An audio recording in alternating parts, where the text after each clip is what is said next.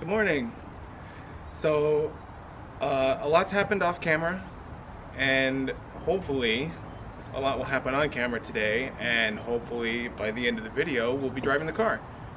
So, I did a lot of buttoning up and torquing things, and I attached the sway bar, and I fiddled with the alignment. I did all that off camera because it's not all that interesting. Today, what we're going to do is, thanks to Eric, a friend of mine, he welded this up for me so we can reinstall the brake handle, which means we can reinstall the parking brake. And then we're going to finish bleeding the brakes, and we're going to change the oil probably, and then we're going to start her up and see what happens. Hopefully nothing bad. Hopefully we'll just take it for a drive and everything will be cool. We have 1 week. We will be racing at Dallasport at about this time next week. So hopefully we can get everything done so that we can tune the car a little bit if we need to change things like on the suspension. Just a little bit of a deadline. So why don't we get started? Okay, so here's our handle. Here's our new cable. We're going to slide this in here. This thing is adjustable, and it goes in there. But I think it actually goes the other way around. I think it goes this way.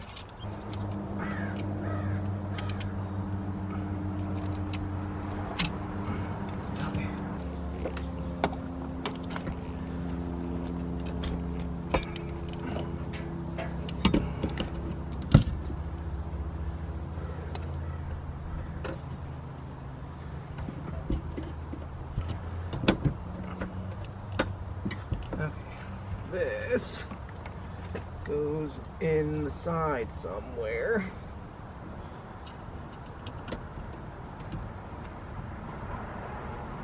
I see.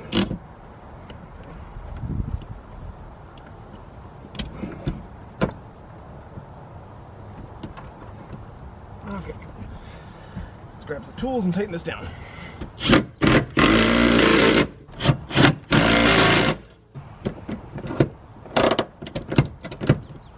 I'm going to call that good, and we're going to get under the car and then reattach the cables. That jiggles real bad now, so that's fun. So one pause. I need to modify this piece by making this hole bigger so it'll fit on that threaded piece that we put in the car. So the first thing I need to do is cut this cable off, and then I need to drill this hole out quite a bit bigger. So I'm going to put my ears on, and I'm going to grind this cable off, and then I'm going to drill this hole bigger. And I've got these vice grips, which hopefully will be enough to hold this thing while I do it.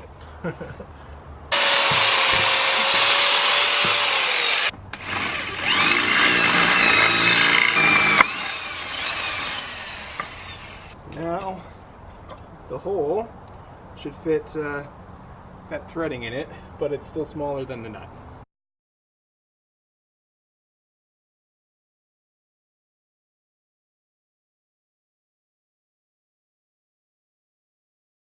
Alright, so now parking brake's off and it spins.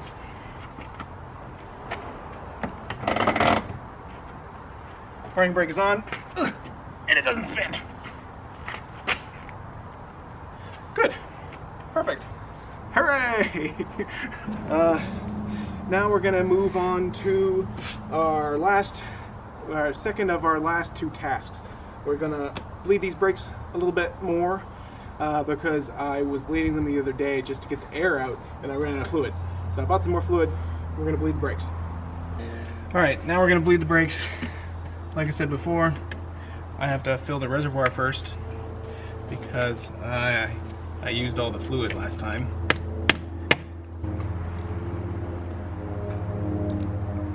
And then this is my power bleeder, which in order for it to work I have to fill it with fluid. So I'm going to put the rest of that bottle, and I'm going to put the other bottle I bought in it.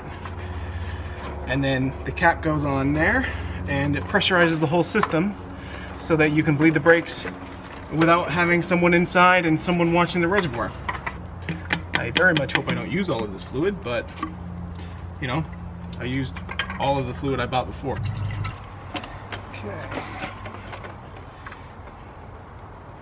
And we're gonna put this on. Okay, and then we're gonna pressurize the system.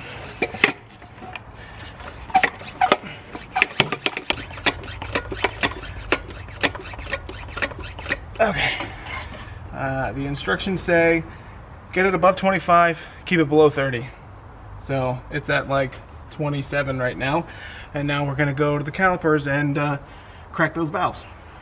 So with the system pressurized, all we have to do is crack the bleeder open,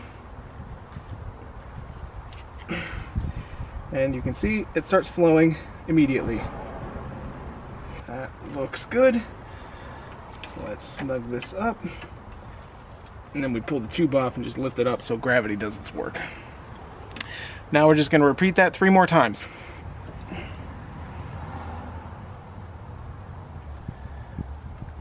Yeah, you can see there's a couple of little bubbles still coming out. So there's still a little bit of air in the system.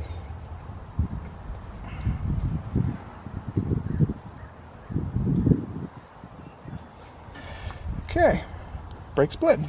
All right, so we connected the parking brake, we bled the brakes. I also changed the oil off camera because that's not particularly interesting. And so we're gonna button everything up, put the wheels back on, get it back on the ground, and then we're gonna start her up for the first time in a few months. And then we're gonna take it for a quick shakedown. So we're gonna bring you along, and let's cross our fingers it goes well.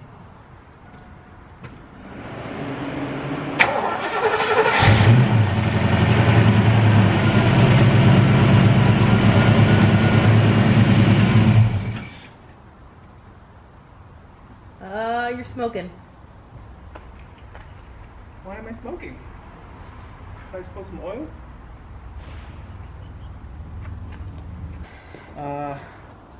I'm gonna start it again and see where that smoke came from, but I didn't even put a jump box on it and it started right up, so that's freaking awesome. I'm gonna assume it's just oil in the engine bay or something because it's coming out of a random spot and not anywhere that's like, oh! Nothing's going away. So far, actually, the suspension feels more compliant. Like it squishes things up nicely better than the old, which is weird for a substantially harder spring and shock. I don't know, maybe I'm being overly critical of the brakes because I wanted them to be substantially better. Well, I guess what I really wanted is I wanted them to feel more like my 2015, which is hard brakes all the time. But apparently lots of people don't like that. When you touch the brakes, they just work. I know I want to get a new master cylinder anyway. It's just a matter of timing and money. Because I wanted to put that the one that we got with it on it, but it was the wrong bolt pattern. But the good news is, like, in terms of the suspension, it feels tight, which is great. I mean, that's what you want, right? You want to have it feel like when you turn the wheel, it turns. Whereas, you know, with the old stuff, it always felt a little bit sloppy.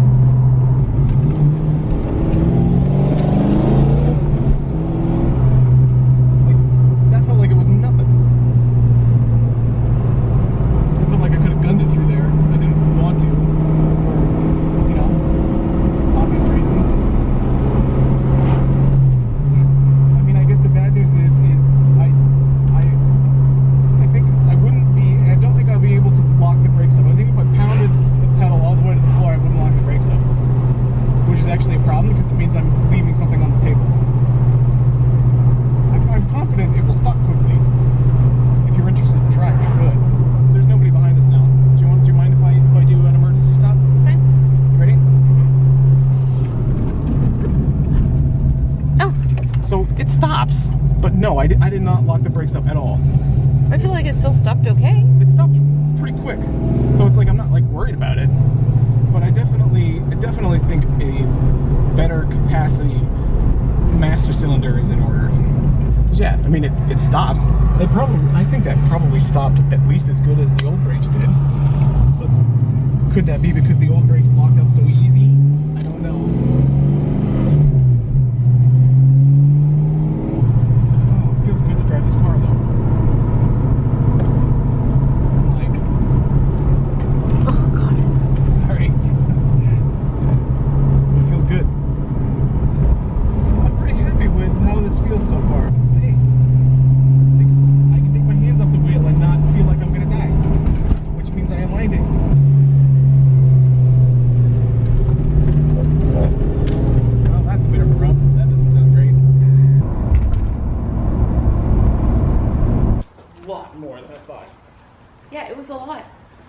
So we took the car for a shakedown.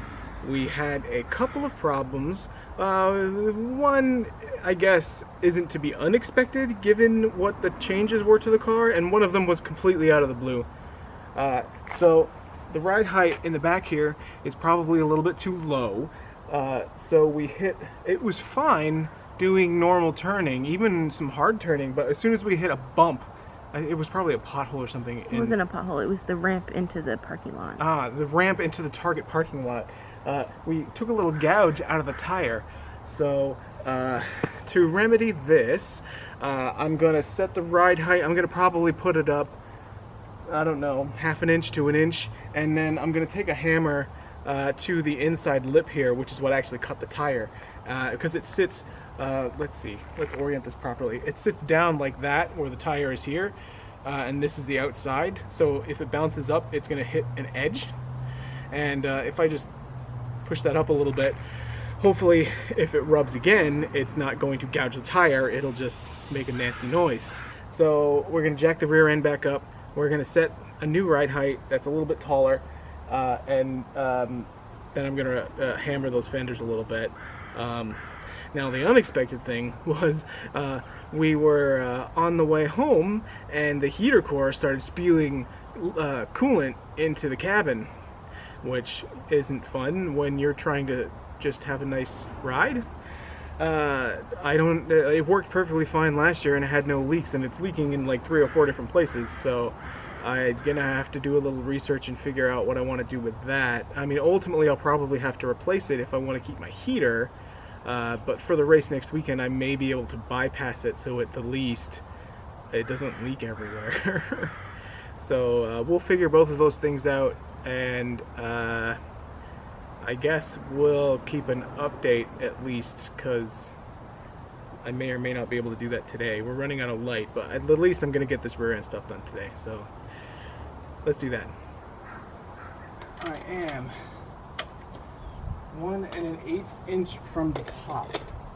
Now, am I going up or down to increase ride height? Up, because that means it's not going to drop this extra 1 1/8 inches, right? So 1 1/8 inches. Let's just do a full inch. Yeah, we'll do a full inch. We'll go 1/8 inch from the top. Okay, well, let's do that. That's a 1/4 inch from the top. Now I'm going to do the same on the other side.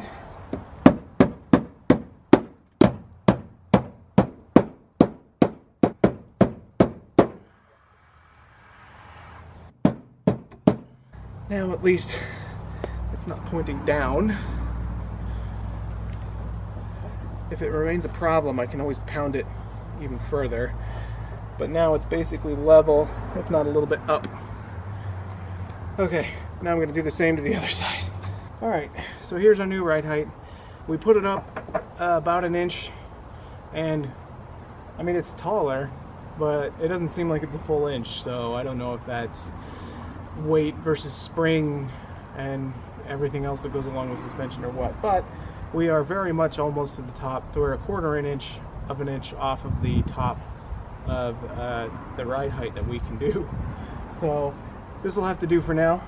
We banged out the fenders, so hopefully if it hits it again, it's not going to grab a chunk, it's going to just rub.